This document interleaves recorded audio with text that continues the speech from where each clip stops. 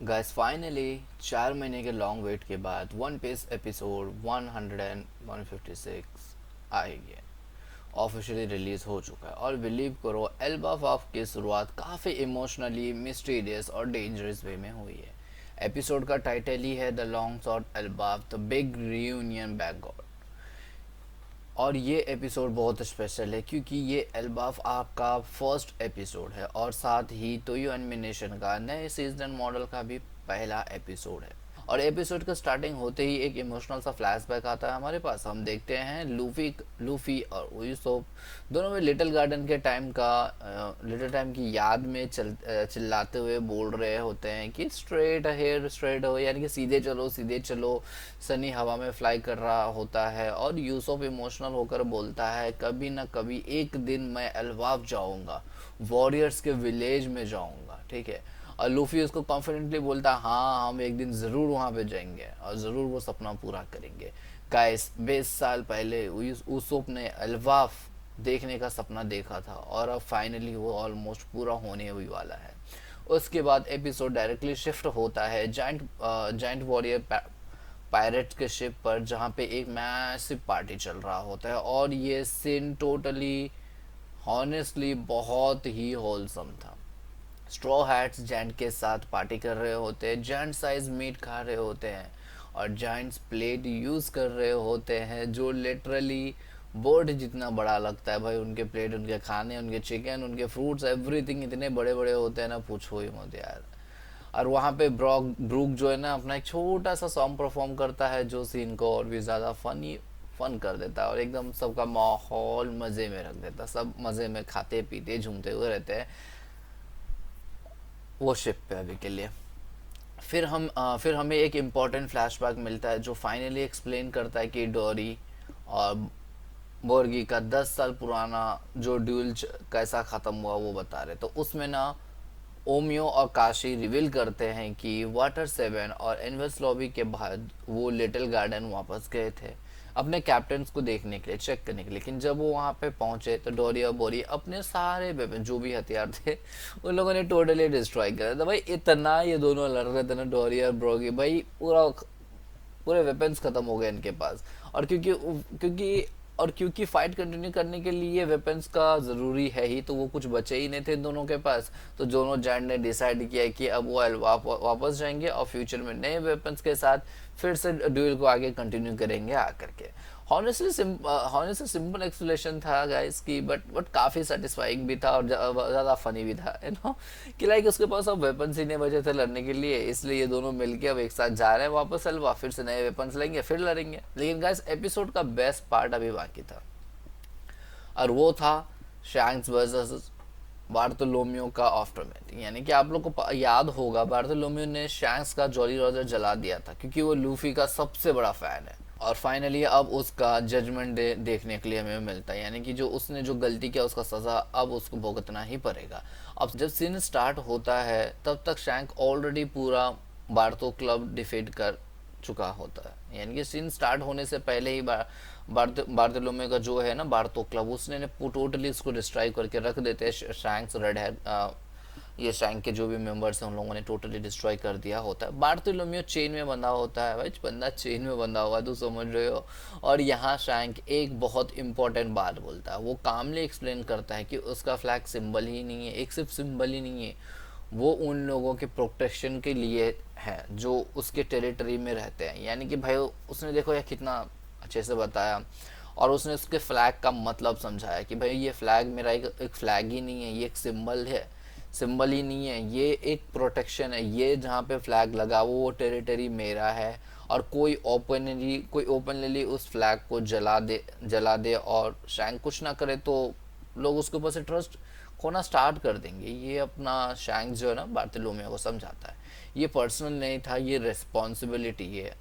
फिर शैंक्स का डॉक्टर होंगो जो है ना बार्थोलोमियो को एक पॉइजन बॉटल देता है और बोलता है 1 महीने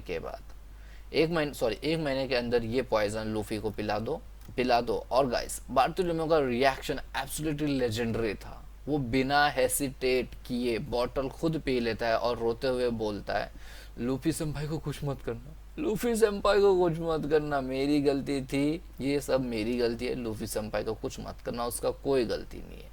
ये सीन फनी भी था, इमोशनल भी था और प्योर बार्थोलोम्यू एनर्जी से भरा हुआ था।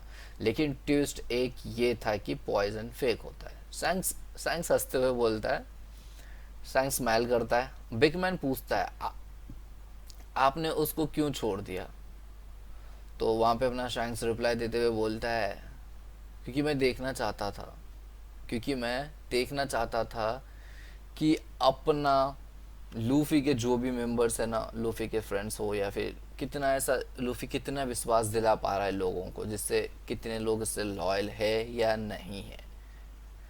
गाइस, यहाँ पे लिटरली ना शैंक्स यहाँ लूफी की ग्रोइंग इन्फ्लुएंस को टेस्ट कर रहा था कि इसके जो भी इन्फ्लुएंसर है, लाइक जो भी इसके दोस्त लोग हैं, इसके फॉलोवर्स है, क्या लूफी के लिए उतने ही ये लोग लॉयल है या नहीं है। लेकिन अगला मोमेंट पूरा ही मूड चेंज कर देता है गाइस। सडनली यासोब उसोब कबाब यासोब एक बहुत ही दूर से एक पावरफुल शॉट फायर करता है और गोइंग लूफी सेम्पाई से टोटली एक्सप्लोड हो जाता है, कि टोटली ही डिस्ट्रॉय हो जाता है और पूरा शिप का मस्त समुंदर में डूबते हुए दिखाया जाता है और बार्थो क्लब का फेथ अननोन छोड़ दिया जाता है। तो उसके आगे क्या होता है हमें कोई नहीं बताया जाता। शिप डूबा, खत्म, वहाँ का सीन कट कर दिया। और ये सीन हॉनेस्टली ही बहुत ही ब्रिचुअल था। सैंक्स ने बार्थोलोम्यू को रेस्पेक्ट टेस्ट किया, लेकिन जो पनिशमेंट देना था उसने वो दे भी दिया। और इस वजह से शैंक्स एक डेंजरस एम्पायर लगता है। वो विलन नहीं है फिलहाल अभी के लिए, बट वो सेंटिमेंटल होकर अपना रेपुटेशन वीक नहीं होने दे सकता है।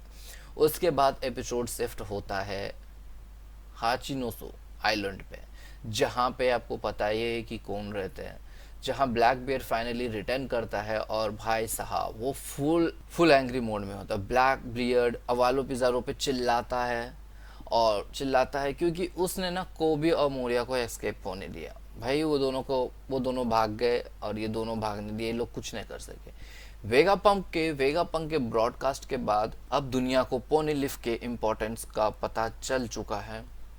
कोबी मरीन के लिए एक इम्पॉर्टेंट बार्गेनिंग चिप हो सकता था, लेकिन ब्लैकबीयर्ड पता ही है आप लोगों को कैसा बंदा है, एक स्मार्ट स्ट्रैटेजिक प्लेयर है वो बंदा, स्ट्रैटेजिक भी है। जब उसको याद दिलाया जाता है कि कुजॉन ने गार्प को कैप्चर कर लिया, आप लोगों को पता होगा गार्प ऑलरेडी इनके कब्जे में है, अभी भी फ्रोजन पड़ा हुआ, ठीक है।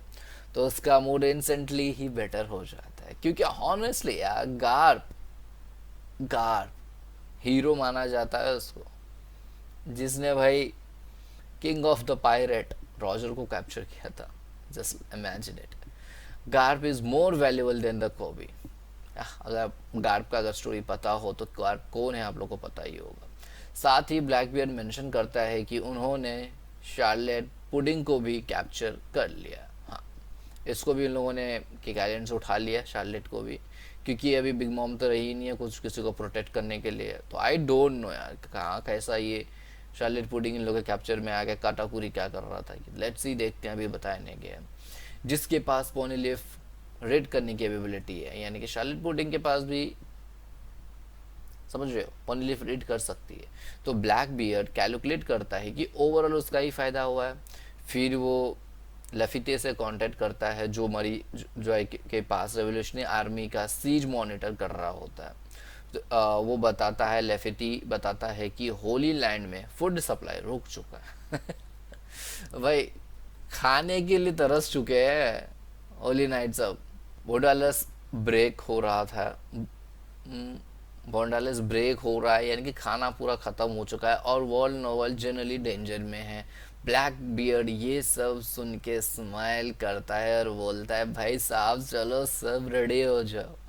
गाइस ये पूरा जो सीन होता है ना, ब्लैक बियर्ड को एक मास्टरमाइंड की तरह प्रेजेंट करता है। भाई समझ रहे हो, ब्लैक बियर्ड को जैसा मालूम पड़ता है कि भाई उन लोगों के पास खाने पीने के लिए कुछ भी नहीं है, तो भाई लिटरली द थिंग वो बोलता है भाई चलो अब रेडी हो जाओ गाइस। और वो सिर्फ ब्रूट फेस विलन नहीं है गाइस, वो हर सिचुएशन को कैलकुलेट करता है। अगर आप लोग उसको देखोगे ना तो कुछ विलन ऐसे होते हैं भाई, पावर तो रहता है, अकल नहीं होता, बट ये बंदा अकल के साथ, टाइम के साथ स्टेप आगे बढ़ा रहा है, ठीक है। और हॉनेस्टली ब्लैक बियर पायरेट अब काफ़ी टेरिफाइंग लगने लगे हैं। लेकिन एपिसोड का फाइनल ट्विस्ट सबसे बड़ा था एग हेड इंसिडेंट का 2 दिन के बाद। सब लोग जायंट के शिप पर सो रहे होते हैं after heavy drink and party and all. खाने पीने के बाद भाई थक जाते हैं इतना। वहाँ पे पता है वहाँ पे एग हेड आइलैंड में कितना कुछ मसले मसाले हुआ और ये सुकून से सो रहे होते हैं। लेकिन जब सुबह होता है तो सब शौक हो जाते हैं क्योंकि 1000 सनी गायब होता है। और सिर्फ सनी ही नहीं, उसमें से लूफी, जोरो, नामी, यूसुफ, सांची और चौपर भी मिसिंग होता है। किसी ने कुछ नहीं देखा, किसी को कुछ भी सुनाई नहीं दिया कि क्या हुआ, कौन किधर गया, क्यों गया, कब गया, किसी को कुछ नहीं पता। Robin, Franky, Brook, Jinbe, Bonney और लिलिथ सब पैनिक मोड में चिल्लाते हैं और सब क्रेजी। सबसे क्रेजी बात पता है, यहाँ एपिसोड को एक्सप्लेनेशन नहीं देता है। ये एपिसोड ना कोई एक्सप्लेनेशन नहीं देता है इसके बारे में कि क्या हुआ, बस मिस्टीरिया क्रिएट करके छोड़ देता है। और फिर पोस्ट क्रेडिट सीन में हम देखते हैं नामी एक अननोन जगह पे उठती है। वो कंफ्यूज होती है, शॉक्ड होती है और उसको समझ नहीं आता है कि वो कहाँ है। और और वहीं पर एपिसोड एंड हो जाता है। हॉनेस्टली गाइस देखो भाई, टोटली तुम सोचो सो रहे हो सुकून से और तुम अनजान एक अलग ही नशे में भाई तुम उठते हो, उठ गए सुबह सुबह और खुद को पाते हो भाई मैं तो घर में सो रहा था, ये जंगल में कैसा आ गया भाई। लिटरली ऐसा ही हुआ है अपने नामी के साथ। अब वो एकदम विकिंग के कपड़ों में थी, कपड़े भी एकदम पूरा चेंज थे। और यहीं पे एपिसोड जो है ना ये एंड हो जाता है। हॉनेस्टली गाइस एपिसोड 100 एंड 156 एक परफेक्ट कॉमबैक एपिसोड था। इसमें इमोशनल मोमेंट्स थे, वर्ल्ड बिल्डिंग था, शैंक ऑफ ब्लैक बियर्ड जैसा टॉप टाइप कैरेक्टर भी हमें देखने के लिए मिला और एंड में एक स्ट्रॉन्ग मिस्ट्री भी थी। लेकिन ओवरऑल ये एल्बाफ आर्क का काफ़ी सॉलिड शुरुआत था। आप लोग का क्या कहना है ज़रूर मुझे बताना। और सबसे इमोशनल बात, 20 साल पहले यूसुफ ने एल्बाफ देखने का सपना देखा था और अब वो फाइनली वो सपना सच होने वाला। तो गाइस आपको एपिसोड 100 एंड 156 कैसा लगा कमेंट करके ज़रूर बताना। और अगर वीडियो पसंद आया हो तो लाइक सब्सक्राइब करना मत भूलना। हम आगे भी वन पीस के भी और भी दूसरे एनिमे के एपिसोड्स हम आपको एक्सप्लेन करते ही जाएंगे, ठीक है। और एल्बाफ थेरिस के लिए भी और भी बहुत सारे चीज़ और भी देखेंगे गाइस फ्यूचर में, और भी बहुत सारे एनिमेस हम लाते रहेंगे। अभी के लिए मैंने स्टार्ट किया वन पीस के साथ एल्बाफ आर्क से क्योंकि एल्बाफ आर्क के बाद एपिक होने वाला था, इसलिए अगर पीछे की अगर मैं स्टोरी कवर करने जाऊँ तो बहुत लंबा पड़ जाएगा, इसलिए अभी छोड़ दे। अगर आप लोगों को चाहिए तो भाई वो हम आर्क कंटिन्यू एक बार देख लेंगे। तो चलो आज वीडियो में बस इतना ही, मिलता हूँ अगले वीडियो में। See you in next one guys, जब तक के लिए ख्याल रखो, मस्ती करो।